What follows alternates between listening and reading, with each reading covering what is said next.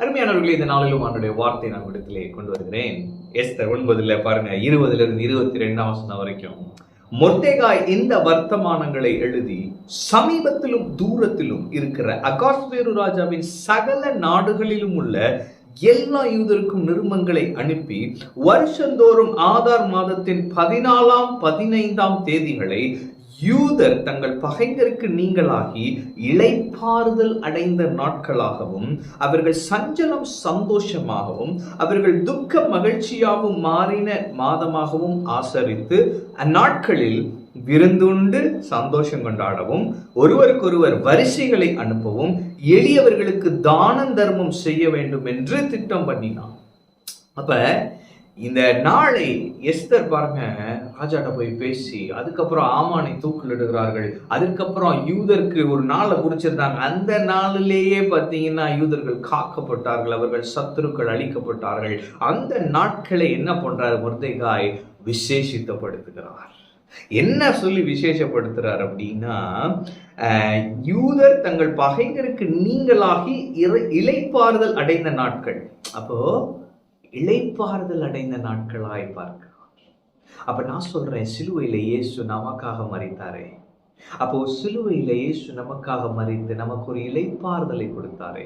வருத்தப்பட்டு வாரம் சுமக்கிறவர்களே, நீங்கள் எல்லாரும் என்னிடத்தில் வாருங்கள், நான் உங்களுக்கு இளைப்பாறுதல் தருவேன்.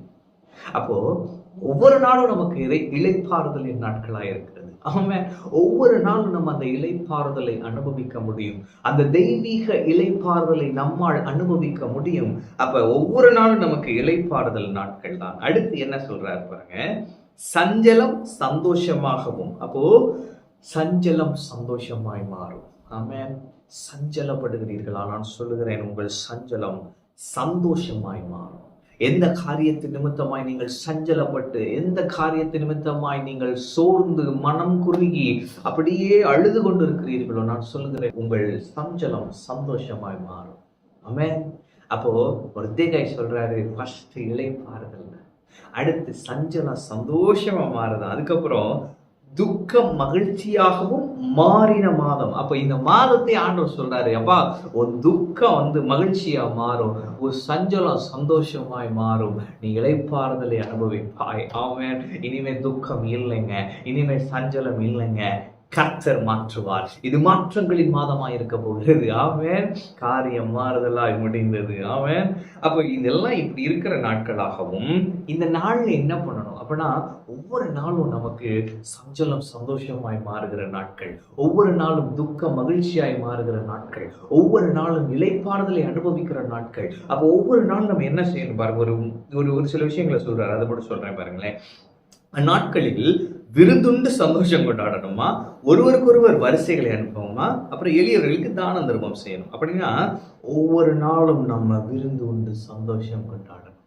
Everyday celebration. ஆமாம், ஒவ்வொரு நாளும் நம்ம சந்தோஷம் கொண்டாடும். எதுக்குன்னா, இயேசு வெற்றி சிறந்தார், இந்த சூழ்நிலையில் எனக்கு ஒரு வெற்றியை கொடுத்தார், இயேசு சிலுவையில் எனக்காக ஜெயத்தை சம்பாதித்து விட்டார். ஒவ்வொரு நாளும் கொண்டாடுங்க. நீங்க இட்லி சாப்பிட்றீங்களோ, கறி சாப்பிட்றீங்களோ, எதை சாப்பிட்றாலும் சரி, சாப்பிடும் பொழுது சந்தோஷம் கொண்டாடுங்கள். ஆமாம், அது ஒரு விருந்தா பாருங்க.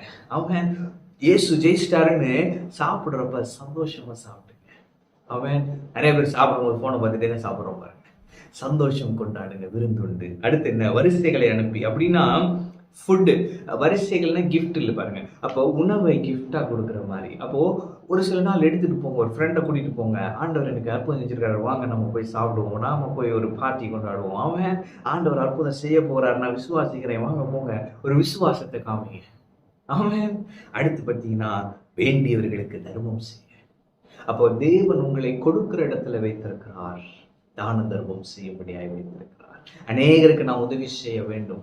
நாம் அதன் மூலமாய் நாம் அடைந்திருக்கிற அந்த மகிழ்ச்சியை வெளிப்படுத்துகிறோம், நாம் அடைந்திருக்கிற அந்த வெளிச்சத்தை வெளிப்படுத்துகிறோம். தேவன் நம்மை வெளிச்சமாய் வைத்திருக்கிறார். நம் மூலமாய் இந்த வெளிச்சம் அவர்களுடைய வாழ்க்கையிலே, பிறருடைய வாழ்க்கையிலே பிரகாசிக்கும். ஆமென். எனவே நாம் இளைப்பாறுதலை அனுபவிக்கிறோம். அதுக்கப்புறம் சஞ்சலம் சந்தோஷமா மாறுது. அதுக்கப்புறம் பார்த்தீங்கன்னா துக்கம் மகிழ்ச்சியாய் மாறுது. ஒரு மாற்றத்தை நீங்கள் அனுபவிக்க போகிறீர்கள். எனவே ஒவ்வொரு நாளும் கொண்டாடுங்க. அதே போல ஜெயத்தை மற்றவர்களோடு பகிர்ந்து கொள்ளுங்க. அதே போல தான தர்மங்களை செய்யுங்க. கர்த்தர் எனக்கு இதை செஞ்சிருக்கிறார், ஒரு ஹெல்ப் பண்ணுங்க. தேவனை பிரதிபலிங்க. கர்த்தர் பெரிய காரியங்களை செய்வார். ஆமென். கர்த்தர் உங்களோடு இருக்கிறார். கர்த்தர் உங்களை ஆசீர்வதிப்பார்.